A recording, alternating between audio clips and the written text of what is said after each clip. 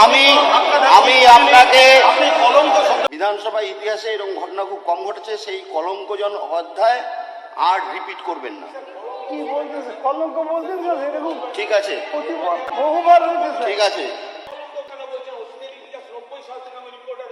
আপনি আপনি বসে আপনি শোনেননি আপনি? হ্যাঁ, কলঙ্কজনক, এরকম ঘটনা কলঙ্কজনক।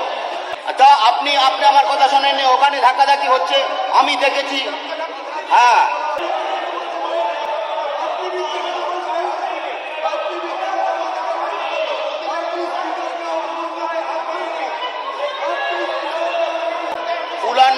কুণাল বাবু বসুন, আমাকে সবার কাজ পরিচালনা করতে দিন। আমি আমি আপনার আপনার এই বিষয়ে আমি আমি আপনাকে আমি ঠিক বলেছি, কারণ ঘটনা আছে একদম। আমি ধাক্কাধাক্কি করিনি, আমি কোনো ধাক্কাধাক্কি করিনি। আপনি আপনি বসুন, আপনি নিজের আপনার নিজের জায়গা বসুন। কলঙ্ক বললেন, আপনি আপনার আপনি ওখানে বসুন গিয়ে। আপনি কলঙ্কটা স্যার প্রত্যাহার আমি আমি বলছি আপনি বসুন না, আপনাকে কলঙ্ক করি।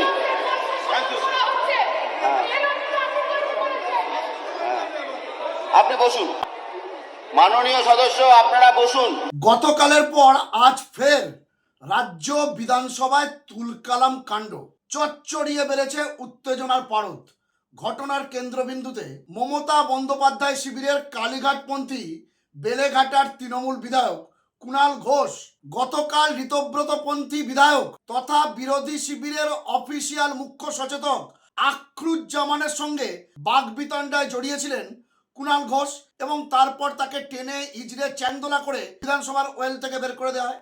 আর আজ শটান কুণাল ঘোষ নিজের আসন ছেড়ে স্পিকার রথীন্দ্রনাথ বসুর টেবিলের সামনে সরাসরি চলে যান এবং তার সঙ্গে নতুন করে বাগবিতণ্ডায় জড়ান। এবং তখনই শাসক দল বিজেপির বিধায়করাও ওয়েলে নেমে আসেন। ওয়েলে দেখা যায় ঋতব্রতপন্থী সিনিয়র বিধায়ক ফিরহাদ হাকিমকেও। এরপর কুণাল ঘোষের সঙ্গে বিজেপি বিধায়কদের মধ্যে একটা বাগবিতণ্ডা চলে। কুণাল ঘোষ এবং তার দলের দলনেতা বর্ষিয়ান শোভনদেব চট্টোপাধ্যায়দের এদিন একটি বিষয়ে আপত্তি ছিল, যে স্পিকার কেন কলঙ্কিত অধ্যায় বলছেন কুণাল ঘোষের গতকালের ঘটনাটিকে। এরকম ঘটনা তো আগে অনেকবার ঘটেছে।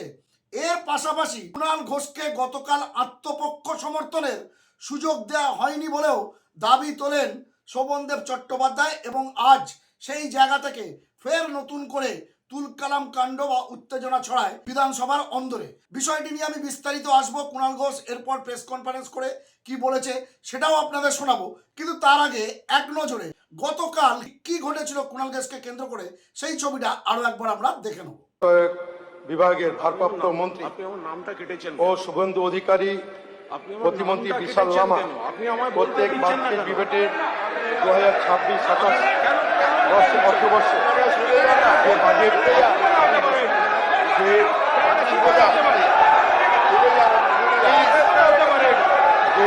বরাদ্দ পেশ করা হয়েছে, এই পরিপ্রেক্ষিতে আপনি বসুন,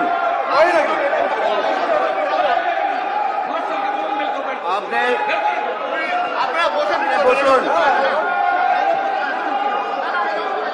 আপনি বসুন।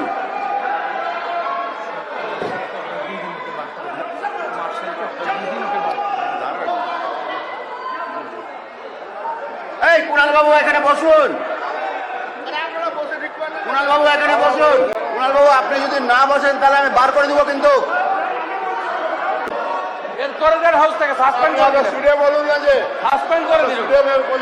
আমি কিন্তু সাসপেন্ড করে দেবো আপনাকে। বার করে দিন তো ওকে, বার করে দিন, বার করে দিন, একদম ইমিডিয়েটলি বার করে দিন, ওকে বার করে দিন। কোনো কথা শুনবেন?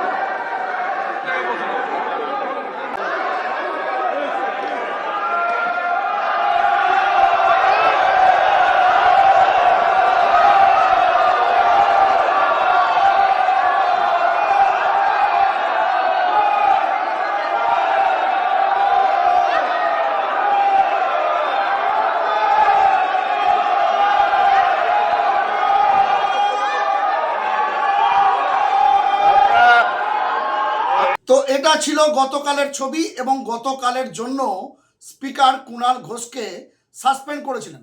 আজ ফের বিধানসভার অধিবেশন বসেছিল এবং সেখানে কুণাল ঘোষের পক্ষ থেকে মমতা বন্দ্যোপাধ্যায় পন্থী তৃণমূলের দলনেতা শোভনদেব চট্টোপাধ্যায় একটি প্রসঙ্গ উত্থাপন করেন স্পিকারের সামনে, যে কুণাল ঘোষকে আত্মপক্ষ সমর্থনের সুযোগ দেওয়া হয়নি। তখন স্পিকার বলেন, এই ঘটনা অতীতে কোনোদিন ঘটেনি, এটা কলঙ্কিত অধ্যায়, যে ঘটনাটি কুণাল ঘোষ ঘটিয়েছিলেন। ঘটনা কি আপনারা অনেকেই জেনে গেছেন, আমি ছোট্ট করে একটু বলে দিই। ঘটনা হলো, গতকাল বেশ কিছু গুরুত্বপূর্ণ বিলের ওপর মুখ্যমন্ত্রীর বক্তব্য রাখার কথা ছিল এবং তার আগে স্বাভাবিকভাবে প্রশ্ন উত্তর পর্ব ছিল। সেই প্রশ্ন উত্তর পর্বে কুণাল ঘোষের নামটি শোভনদেব চট্টোপাধ্যায় দিয়েছিলেন আখরুজ্জামানের কাছে। আখরুজ্জামান হলেন আনুষ্ঠানিকভাবে বা সরকারিভাবে বিধানসভায় বিরোধীদের মুখ্য সচেতক, তার কাছেই বিরোধী বক্তাদের নাম জমা দিতে হয়, এটাই দস্তুর বা এটাই নিয়ম। কিন্তু অভিযোগ, আখরুজ্জামান নাকি কুণাল ঘোষের নামটি কেটে দিয়েছেন। তার কাছে নাকি স্পষ্ট নির্দেশ ছিল মমতাপন্থী বিধায়কদের মধ্যে যে পারে বক্তৃতা দিক, কিন্তু কুণাল ঘোষকে কোনোভাবে বক্তব্য দিতে দেওয়া যাবে না। এরপরে আখরুজ্জামান সেই নির্দেশ মেনে কুণাল ঘোষের নামটি কেটে দেন এবং সেখানে আলিফা আহমেদের নামটি ঢুকিয়ে দেন। আলিফা আহমেদ হলেন কালীঘাটপন্থী তৃণমূলের বিধায়ক। আলিফা আহমেদকে নিয়ে কোনো সমস্যা নেই, কিন্তু কুণাল ঘোষের দাবি, বিষয়টা হলো আলিফা আহমেদ এই সাবজেক্টটি নিয়ে হোমওয়ার্ক করে আসেনি, যেটা নিয়ে হোমওয়ার্ক করেছেন এবং বক্তব্য রাখার কথা কুণাল ঘোষের। তাই ইচ্ছা করেই আলিফা আহমেদকে অস্বস্তিতে ফেলতেই তার নামটি সেখানে ঢুকিয়ে দেওয়া হয় কুণাল ঘোষের নামটি বাদ দিয়ে। ফলে কুণাল ঘোষ বক্তব্য রাখতে পারেনি। এরপর আখরুজ্জামান যখন বক্তব্য রাখছিলেন, তখন কুণাল ঘোষ তার সামনে গিয়ে সরাসরি জিজ্ঞাসা করেন, আপনি আমার নামটি কাটলেন কেন?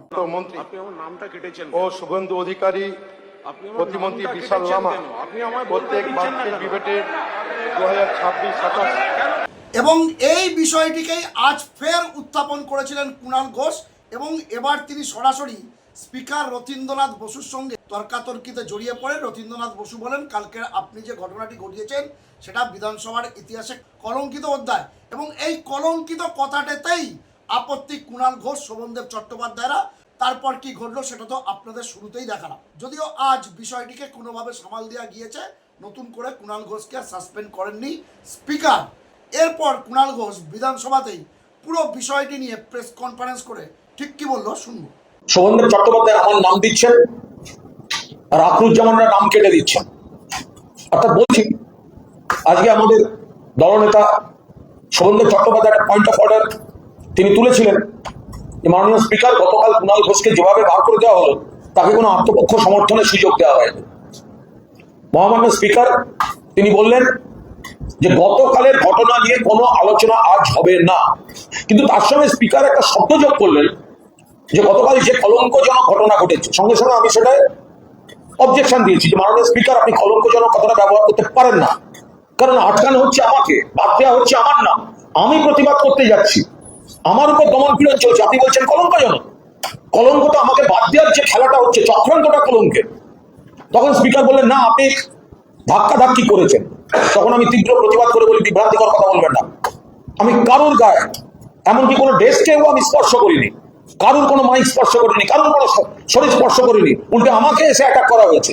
আপনি স্পিকারের চেয়ারে বসে বলছেন আমি ধাক্কাধাক্কি করছি, একটা ভিডিও দেখাতে পারবেন? আপনারাই তো সমস্ত ক্যামেরার ব্যবস্থা করে দেখেছেন, আপনি কেন বাজে কথা বলছেন আমার নামে? তখন বিজেপির লোকেরা তারা এসে বললেন স্পিকারের সঙ্গে তর্ক করা যায় না। আমি স্পিকারকে সম্মান করি, আমি স্পিকারের কাছে গিয়েও বললাম, স্যার আপনাকে সম্মান করি, বাট আপনি কলঙ্ক কথাটা বললেন কেন? বলো না, কাল যা হচ্ছিল, আপনি এটা বললেন কেন যে আমি ধাক্কাধাক্কি করেছি? এই কথাটা আপনি প্রত্যাহার করুন। স্পিকার সাহেব সেইভাবে না করেও ঘুরিয়ে তারপর বললেন, না আসলে ওখানে ধাক্কাধাক্কি হচ্ছিল। ঠিক আছে, এখন স্পিকার এটা বলেছেন। এবার আগামীকাল যে পুরো নগর উন্নয়ন দপ্তরের বাজেট আছে, আমার দলের তরফ থেকে শোভনদেব চট্টোপাধ্যায় জানিয়েছেন, তিনি আবার আমার নাম দিয়েছেন এবং আমাকে প্রস্তুত থাকতে বলেছেন। আর অন্যদিকে আখরুজ্জামান শোভনদেব চট্টোপাধ্যায়কে জানিয়েছেন, যে কোনো কারোর নাম দিন আমরা কুণাল ঘোষকে বলতে দেবো না। এটা কোন দেশে গণতন্ত্র হচ্ছে? এটা তো সরকার পক্ষেরও মদত রয়েছে গোটাটার মধ্যে। নইলে এই যে বিরোধী মুখ্য সচেতক, এটা তো নৈতিকভাবে হয়নি, এটা তো করবেন না। আমাকে বিজেপি বিধায়করাই বললেন যে আপনাদের লোকেরা যে স্পিকারকে বলছেন আপনাকে অ্যালাউ না করতে, এটা কোন ধরনের জিনিস হচ্ছে?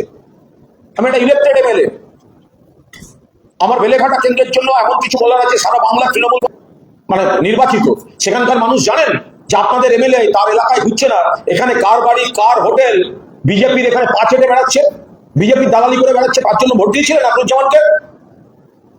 আপনারা তো অ্যান্টি বিজেপি ভোট দিয়েছিলেন ভোটাররা। আপনার এমএলএ আজকে বিজেপির দালালি করছে কলকাতায় বসে, নিজের স্বার্থে করছে, দলের স্বার্থে নয়, আপনার স্বার্থে নয়, কেন্দ্রের স্বার্থে নয়।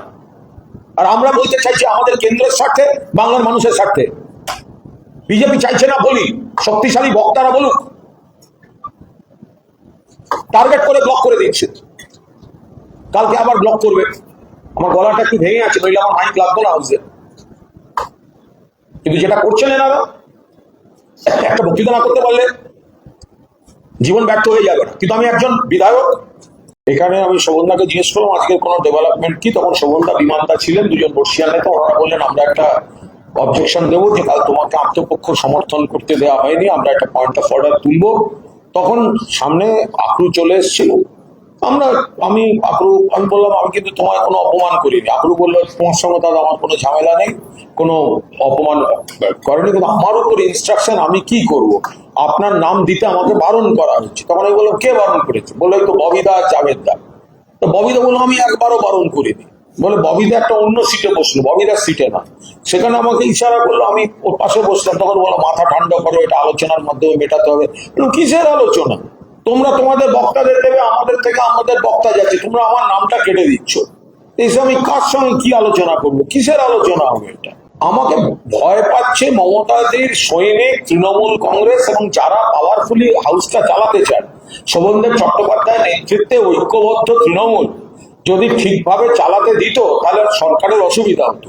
সেই কারণেই জোর করে পার্টিটাকে একটা ভাঙার চেষ্টা করে একটা আলাদা ক্যাম্প করে বকলস করা বিরোধী বসিয়েছে, যাতে নির্বিষ বক্তৃতা দেয়, সরকার সুতো টানবে আর ওইগুলো কয়েকটা মাল পুতুল নাচের মতো নাচবে। নাহলে এটা কি করে হতে পারে যে আমাকে বক্তৃতা দিতে দিচ্ছে না গুরুত্বপূর্ণ ইস্যুগুলোতে? গুন্ডা দমন বিল নাম কেটে দিল, পুলিশ বাজেট নাম কেটে দিল, তৈরি হয়ে আছে পুলিশি সন্ত্রাস সারা বাংলায় আমাদের কর্মীদের উপর, বলতে দিচ্ছে না। এবার আমি তো মানে আর কি করবো? এটা সবকিছু তো একটা নিয়ম নীতি আছে। আমি বড় জোর প্রতিবাদ করতে পারি, প্রতিবাদ করলে মার্শাল দিয়ে বার করে দেওয়া হচ্ছে। গণতন্ত্র চুরমার করে দিয়েছেন স্পিকার হাউসের মধ্যে। গণতন্ত্র স্পিকার তিনি নিজে ভদ্রলোক, তিনি নিজে ভদ্রলোক। আমি আবার বলছি কোনো ব্যক্তি আক্রমণ নয়, স্পিকার একজন সচ্ছল ব্যক্তি, তার সঙ্গে কথা বলেও আমার ভালো লেগেছে, প্রথমবারের বিজেপি বিধায়ক, কিন্তু তাকে দলের কথা বা আনুষঙ্গিক রাজনীতির পথে চলতে হচ্ছে। সেই করতে গিয়ে গণতন্ত্রটার মোটামুটি যাকে থাক কি ছেড়ে দিয়েছেন। তো এখন এবার সেই জায়গায় দাঁড়িয়ে সর্বশেষ শোভনদেব চট্টোপাধ্যায় বলেছেন যে যদি ওরা আপনার তৈরি করা অপোজিশন চিফ হুইপ তিনি যদি লিস্টে নাম না দেন, আপনি কাস্টোডিয়ান, তো আপনি কাস্টোডিয়ান, আপনি একজন এমএলএ, আমাদের বক্তা, আপনি ব্যবস্থা করুন। আমি শুনেছি তিনি দেখছেন বলেছেন, কি দেখছেন আমি জানি না, আমি তো কাল সেজে বুঝে আসবো, সে তো কাল দেখা যায়। আজকে 24 তারিখ কথা বলছি, আজকে 24 তারিখ তো না, 23, আজ আমি 23 তারিখ কথা বলছি। 24 তারিখ কি হবে আমি কি করে জানি? আমি কালকে আসি। তারপর বিধানসভায় তুলকালাম কাণ্ডে কুণাল ঘোষ আত্মপক্ষ সমর্থন করে সংবাদ মাধ্যমের সামনে বিস্তারিতভাবে তার মতো করে যুক্তিগুলো বললেন এবং তিনি এটাও জানালেন আগামীকাল পুর ও নগরায়ণ দপ্তরের বাজেটের ওপর বক্তৃতা আছে, সেখানেও কুণাল ঘোষের নামটা দেওয়া আছে। যদি শেষ পর্যন্ত সেই নাম কেটে বাদ দেয় তাহলে আগামীকাল কি হবে সেটা কালই জানা যাবে। অর্থাৎ বিধানসভায় তুলকালাম কাণ্ড যার কেন্দ্রবিন্দুতে কুণাল ঘোষ, এই বিতর্ক যে আপাতত থামছে না সে ব্যাপারে মোটামুটি আমরা অন্তত আজকের ডেটে নিশ্চিত। দেখুন, বিধানসভার স্পিকারের সম্পূর্ণ অধিকার আছে, কেউ যদি বিধানসভার অধিবেশন ভণ্ডুল করার চেষ্টা করেন তাকে মার্শাল দিয়ে বের করে দিতে পারেন। আবার কুণাল ঘোষেরও অধিকার আছে একজন বিরোধী বিধায়ক হয়ে তার বক্তব্যটা হাউসের সামনে তুলে ধরা, কিন্তু তাকেই বক্তব্য দিতে বাধা দিচ্ছেন তাদের দল থেকেই বেরিয়ে যাওয়া, যেটাকে কুণাল ঘোষ বিজেপির বি টিম বলছেন, সেই ঋতব্রত পন্থীর মুখ্য সচেতক আকরুজ্জামান। তার কাছে নাকি স্পষ্ট নির্দেশ আছে, অন্তত কুণাল ঘোষের দাবি অনুযায়ী, যে যাকে পারে বলতে দেওয়া হোক, যেন কুণাল ঘোষকে বলতে দেওয়া না হয়। এই নির্দেশ নাকি দিয়েছেন ফিরহাদ হাকিম এবং জাভেদ খান। আবার ফিরহাদ হাকিম কুণাল ঘোষকে বলছেন এমন কোনো কথা তিনি বলেননি, বিষয়টা আলোচনার মাধ্যমে মিটিয়ে নেবে। কুণাল ঘোষ বলছেন আলোচনার কি আছে, আমাদের তরফ থেকে আমরা বলবো এখানে আলোচনার কি আছে। তো তো বিষয়টা এই জায়গাতেই মোটামুটি দাঁড়িয়ে আছে। সবশেষে আমি একটা কথা বলি, the house belongs to the opposition, অর্থাৎ বিধানসভা বা লোকসভা হলো গণতন্ত্রের মন্দির, যেখানে বিরোধীদের কণ্ঠস্বরকে তুলে ধরতে হয়। আর পশ্চিমবঙ্গ বিধানসভায় বিরোধীদের এমন একটি অবস্থা, বিশেষ করে তৃণমূল, যেখানে মূল বিরোধী দল যাদের 80খানা বিধায়ক এবারে জিতেছে, তারাই দ্বিধাবিভক্ত এবং তারাই একে অপরের বিরুদ্ধে বিষোদ্গার করছে। কুণাল ঘোষ বলতে চাইছেন, কিন্তু তার নামটি কেটে বাদ দিয়ে দেওয়া হচ্ছে। এই পরিস্থিতিতে এখন দাঁড়িয়ে রয়েছে। আগামীকাল আবার কি হয় সেদিকেও আমাদের নজর থাকবে। আর আপনাদের নজর থাকুক খবরওয়ালা সোমনাথ ইউটিউব চ্যানেলে। এ প্রসঙ্গে আপনাদের মূল্যবান মন্তব্য কমেন্ট বক্সে লিখতে ভুলবেন না। আপনাদের গুরুত্বপূর্ণ মতামত ও পরামর্শ খবরওয়ালা সোমনাথ ইউটিউব চ্যানেলকে আরও সমৃদ্ধ করবে। ভালো থাকবেন, সুস্থ থাকবেন, সতর্ক থাকবেন। খবরওয়ালা সোমনাথ ইউটিউব চ্যানেলের সঙ্গে থাকবেন। নমস্কার।